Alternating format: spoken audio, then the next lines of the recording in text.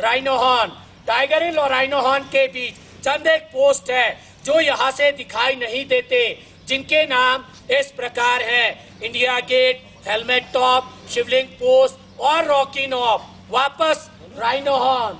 Rhino horn से बाएं की ओर बढ़ता हुआ स्पर, सबसे बाएं वाला ऊंचा टॉप जो फार डिस्टेंस पर दिखाई दे रहा है, जो कि पूरा बर्फ से ढका हुआ है।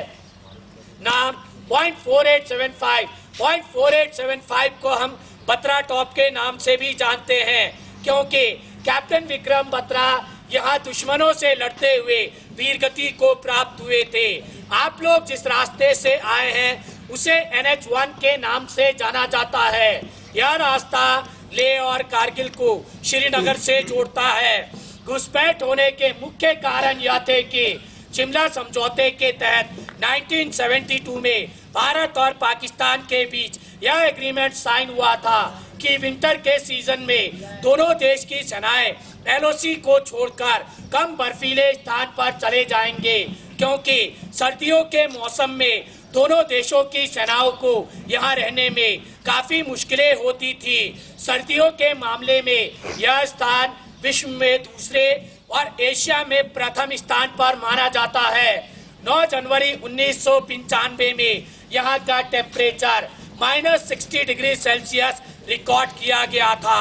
1998 विंटर के दौरान जब हमारी भारतीय सेना LOC को छोड़कर कम बर्फीले स्थान पर चली आई, तो धोखे से पाकिस्तानी सेनाओं ने हमारे पोस्टों पर कब्जा कर लिया। समर 99 के दौरान जब हमारी भारतीय सेना दोबारा अपने पोस्टों पर गई, तो देखा गया कि पाकिस्तान आर्मी के 3 इन्फेंट्री ब्रिगेड तकरीबन ऐसी 400 चोटियों पर अपना कब्जा जमाए बैठे थे। यह इलाका घुमरी से लेकर साउथ ग्लेशियर तक तकरीबन 150 किलोमीटर एरिया कैप्चर किया हुआ था। कारगिल युद्ध 20 मई 1999 को शुरू हुआ और 26 जुलाई 1999 को संपन्न हुआ। इसीलिए प्रत्येक वर्ष 26 जुलाई को विजय दिवस के रूप में इस कारगिल वॉर मेमोरियल पर मनाया जाता है। आप लोगों के सामने तोलोलिंग पहाड़ पर दुश्मन अपना कब्जा जमाए बैठा था। भारतीय सेना की ओर से तोलोलिंग पर कैप्चर करने के लिए 18 ग्रेनेडियर बटालियन को डिटेल किया गया। 18 ग्रेनेडियर बटालियन द्वारा ऑपरेशन को लॉन्च किया गया, परंतु दुश्मन की अच्छी पोजीशन और प्रभावशाली फायर के कारण बटालियन की मूवमेंट को रोक दी गई। मूवमेंट केवल अंधेरी रात और खराब मौसम में ही सफल हो सका। काफी दिनों के संघर्ष के बाद बटालियन अपना फर्म बेस बनाने में सफल रही। 18 ग्रेनेडियर बटालियन का साथ देने के लिए 2 Rajputana rifle, 18 Garhwal rifle, 13 Jammu and Kashmir rifle और 1st नागा बटालियन को डिटेल किया गया। सभी ही बटालियनों ने अच्छी प्लानिंग के साथ 20 मई से लेकर 24 जून 1999 तक चले संघर्षपूर्ण ऑपरेशन के दौरान अलग अलग दिशाओं से हमला किया, दुश्मन को मुंहतोड़ जवाब दिया और दोबारा तोलोलिंग पर कैप्चर किया। इस ऑपरेशन के दौरान भारतीय सेना को काफी नुकसान उठाना पड़ा।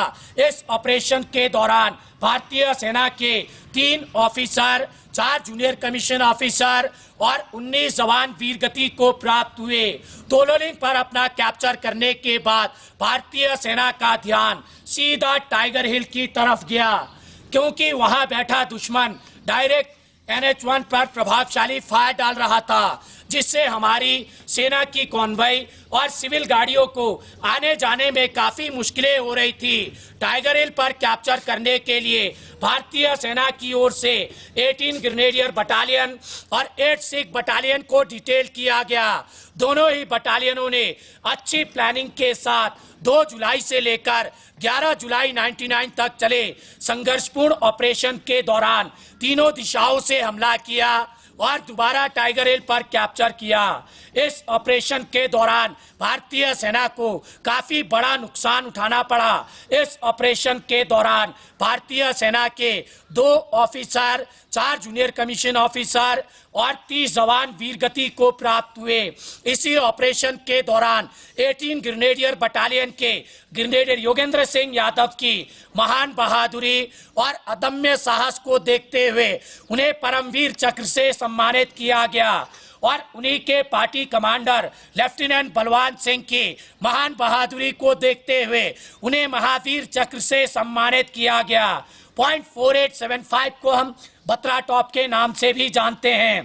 कैप्टन विक्रम बत्रा की महान बहादुरी को देखते हुए उन्हीं की battalion 13 Jammu and Kashmir rifle को पॉइंट 4875 पर कैप्चर करने के लिए डिटेल किया गया और उसी के दूसरे फीचर पिंपल 1, पिंपल 2 और वेलबेक पर कैप्चर करने के लिए 17 जाट बटालियन को डिटेल किया गया और ट्विन बम पर कैप्चर करने के लिए 2 नागा बटालियन को डिटेल किया गया।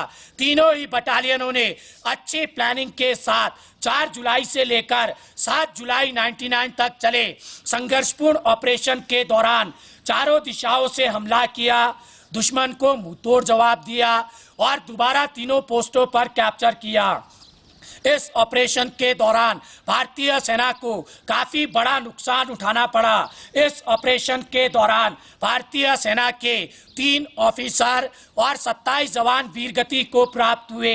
इसी ऑपरेशन के दौरान कैप्टन विक्रम बत्रा की महान बहादुरी और अदम्य साहस को देखते हुए उन्हें मरणोपरांत परमवीर चक्र से सम्मानित किया गया और उन्हीं की बटालियन के राइफलमैन संजय कुमार की महान बहादुरी और अदम्य साहस को देखते हुए उन्हें भी परमवीर चक्र से सम्मानित किया गया और कैप्टन अनुज नायर की महान बहादुरी को देखते हुए उन्हें मरणोपरांत महावीर चक्र से सम्मानित किया गया। इसके अलावा कारगिल युद्ध के दौरान जिन जिन बटालियनों ने हिस्सा लिया उन सभी बटालियनों के ऑफिसर, जूनियर कमीशन ऑफिसर और जवानों ने भारत मां की रक्षा करते हुए अपने प्राणों की आहुति दी है। उन सभी शहीदों के नाम इस कारगिल वॉर मेमोरियल पर दर्ज है। यह कारगिल वॉर मेमोरियल कारगिल युद्ध का गवाह है।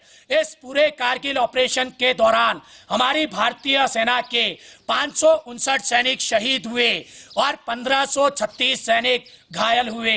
आप लोगों के बाएं कारगिल वॉर के अलावा 1947 से लेकर अब तक इस इलाके में जितने भी शहीद हुए उन सभी शहीदों की वीरभूमि तैयार की गई है, जिन्हें आप लोग देख सकते हैं। आप लोगों के दाहिने मनोज पांडे गैलरी, इसके अंदर सभी बटालियनों की हिस्ट्री है जिन बटालियनों ने कारगिल युद्ध में हिस्सा लिया था। ऑपरेशन विजय के फोटोग्राफ्स और पाकिस्तान आर्मी के कैप्चर किए गए हथियार, अम्युनिशन, डॉक्यूमेंट जिन्हें आप लोग देख सकते हैं। आप लोगों के सामने नेशनल फ्लैग, पोल की लंबाई 100 फीट, फ्लैग का साइज 37 × 25 फीट।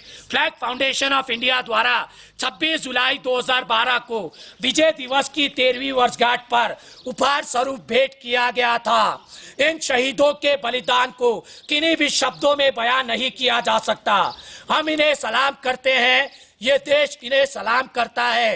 अंत में मैं आप सभी लोगों से यही गुजारिश करना चाहूंगा कि आओ झुककर करे सलाम उन्हें जिनके मुकद्दर में ये मुकाम लिखा होता है। बड़े ही खुशकिस्मत है वे लोग जिनका लहू वतन के काम आता है। जय हिंद। भारत माता की, भारत माता की, भारत माता की, भारत माता की, भारत माता की।